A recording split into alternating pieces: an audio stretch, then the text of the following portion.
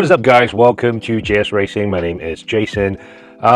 If you're still watching this video, I thank you for having sat through the intro, because for many of you the intro might have been quite ambiguous. But if you are someone who's into karting and you actually own a Mychron, you might actually understand what had happened a bit more. And that's because what happened in the beginning of the video was a function that I've always wanted to have, and that is to be able to download data from Mychron onto the iPad and then actually see the data on the iPad. And I can't tell you how convenient that is. It's amazing. I was testing the app over the weekend, and I can tell you it just makes things so much quicker. But anyway, so if you're not into karting, you're not into Mychron, you probably just want to skip this video, because from this video onwards, I'm gonna spend quite a few videos just explaining all the functions of this new app that I'm developing. And what you saw in the beginning of the video is using that new app. Now, the original idea is just downloading data from the Mychron onto the iPad and then seeing the data. But since I'm actually developing the app on Flutter, Dart, I can actually deploy it to other platforms as well. So this app is actually available on Mac as well. And also this download from Mychron and reading the data on the iPad is not the only function anymore. Ever since I started the app, I added a lot more functions. So again, this video is just part one of the series. I'm going to add more videos explaining all the features that I've added to the app. So if you're interested, feel free to follow. But yeah, I mean, this is really a very specific thing. So it's really for karters who actually use Mycrons to track their performance. Alfano, I haven't gone around to working on that device yet, because it's just such a different device. Yeah, it's going to take me a lot longer to deal with that. So for now, it's Mychron 5, Mychron 5S, and Mychron 6 only. Anyway, so let's go right into the app, so I can show you what actually happened and demonstrate it again, what happened in the beginning of the video. So let's go. All right, guys, so let me just showcase the entire workflow of what was shown in the intro of the video. So I have an iPad here already loaded with the app. I have a Mychron turned on. So first step we need to do is to connect the Wi-Fi to the Mychron. So that's the Mychron, so we just need to, oh crap. Yeah, we need to connect to the Mychron. Yeah, okay. So once we're connected, we click connect to my Mychron. There you go. It'll fetch the file list. Once you have a list of files and you have picked the ones that you want, for example, this one, you can click on download and it'll just start downloading. Just wait for it to complete. Once it completes, there is a dialog where you enter all the information. This is the same as Race Studio. So just enter whatever, click save, and then you disconnect from the device, and it should appear in this column. So this column is where you store all the files locally. This column is where you browse for files that maybe you are migrating from PC. So you have like a USB stick full of these files. You can find the directory here. It'll load all the files, and then you can pick which ones you want to store locally, and it'll just copy over. And once you have copied the files, all you need to do is just double click on whatever, and just click this one. So there you go. That's the file. Well, that's the analysis page with the file opened. Now for the rest of the demonstration, I'm going to have to show you on the Mac, because I need another hand-free, yeah, to show you more details. This is a very small screen, but the dividers are movable, so you can yeah, change the size of the screen if you want to read the data better. And there's also zoom button. You can zoom into the data if you want, and you can zoom into the map as well if you want. But let me just demonstrate all of that on the Mac. Both apps work the same way because I develop on Flutter, so you can deploy the app onto multiple platforms. So right now, iPad and Mac are the platforms that I tested the most. Anyway, so let me just show you the Mac version real quick. We're back in the file list, so let me just open a session for you and show you all of the controls, starting from the top left hand corner, for example. Now immediately you'd be seeing a whole bunch of laps.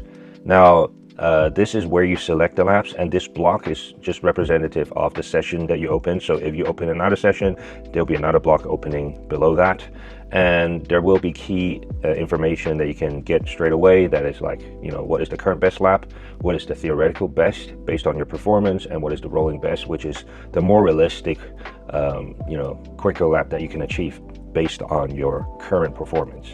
On the top, okay, this top piece here, this is where you select the track. Now this is a very key feature which I'll introduce in a separate video, but this is where you associate track to this session.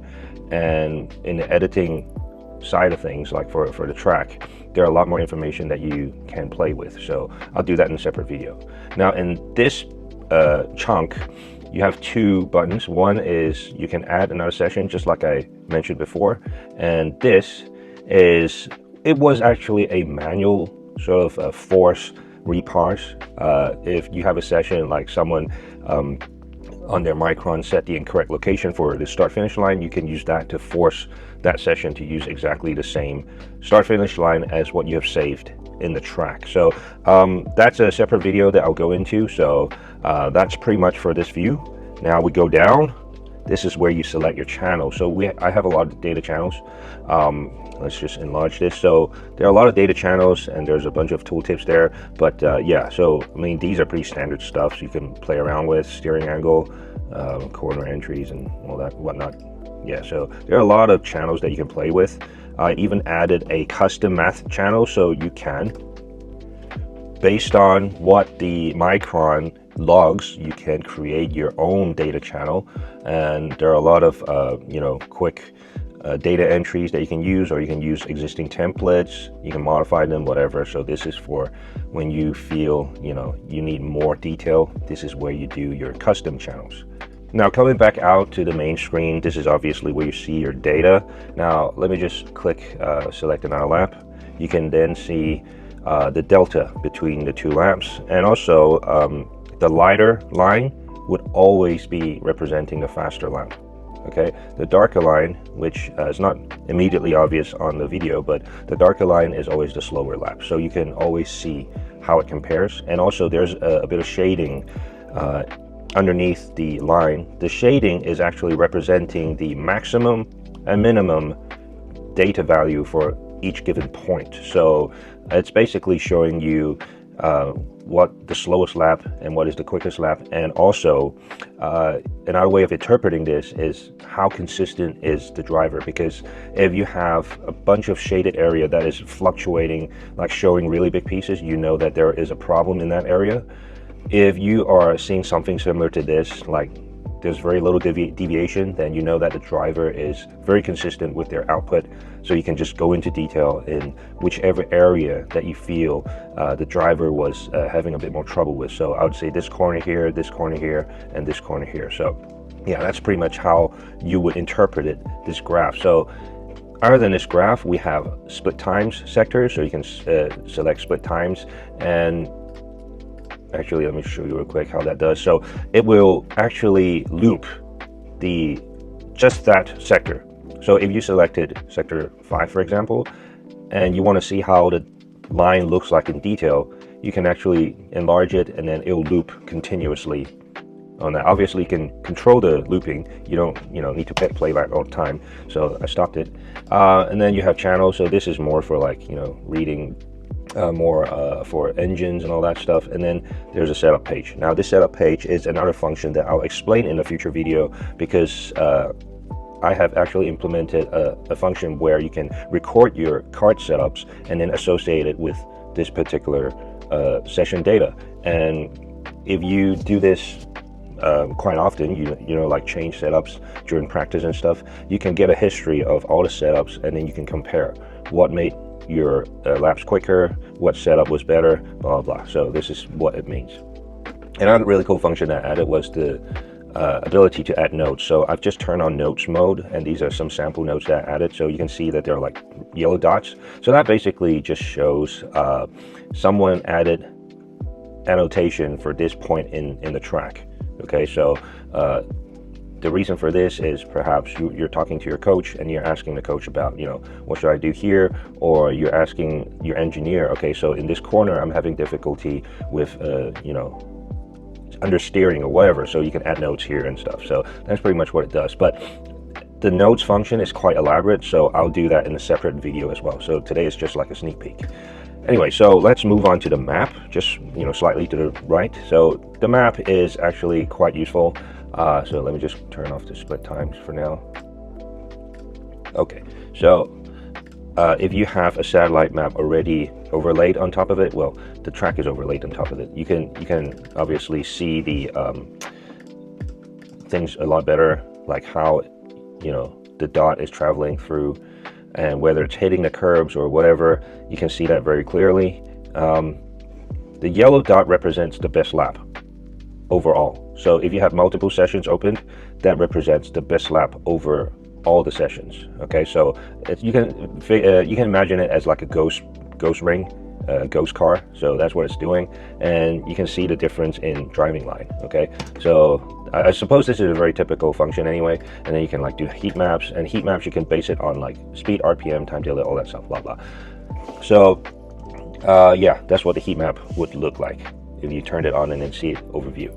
Now on top of that I have added like a little function where it would fetch the historical data for climate and weather. So this little block here is the climate, temperature, all that at the time of this session. So at that time it was a clear sky, about 16 degrees, and there's a bit of wind, you know, air pressure, blah blah. So I mean, these information are great for when you are trying to set up you know, your cart, and then, you know, and see when you set up the cart at that time what made the difference and all that. So it's great reference information. So other than that, you have other general information here.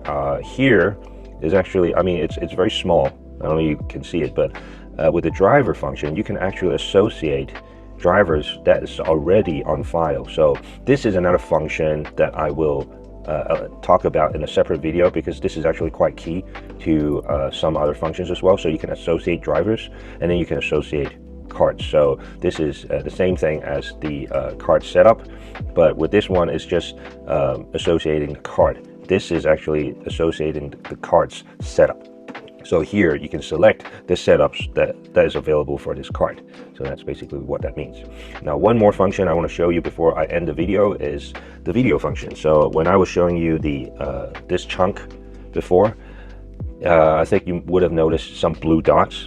These icons are just the video icons, and these are actually videos that were associated to the laps, which I will explain in a separate video as well. But all these data overlay, you know, all this video stuff, everything was designed to be embedded into the data, and it's all synced up together. So, you know, everything is yeah, working in concert to show you a very sort of elaborate data view, especially if you want to compare the data of two drivers. You can definitely benefit from this view. So at the moment, maximum amount of videos shown is 2 videos.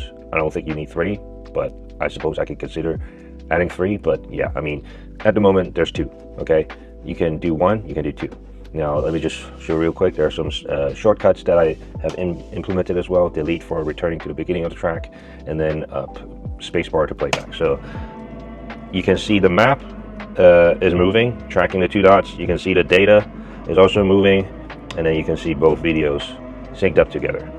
This is just like a very small glimpse at what the video subsystem can do. I have actually implemented a lot more cool stuff with the videos, like generating the overlay, using live video, and there's another feature that I've been implementing that I think will be really cool, but I won't say it here for now. I'll do it in a separate video. So that was just a very quick view on how the app works in its most basic form, without touching any of the more advanced features.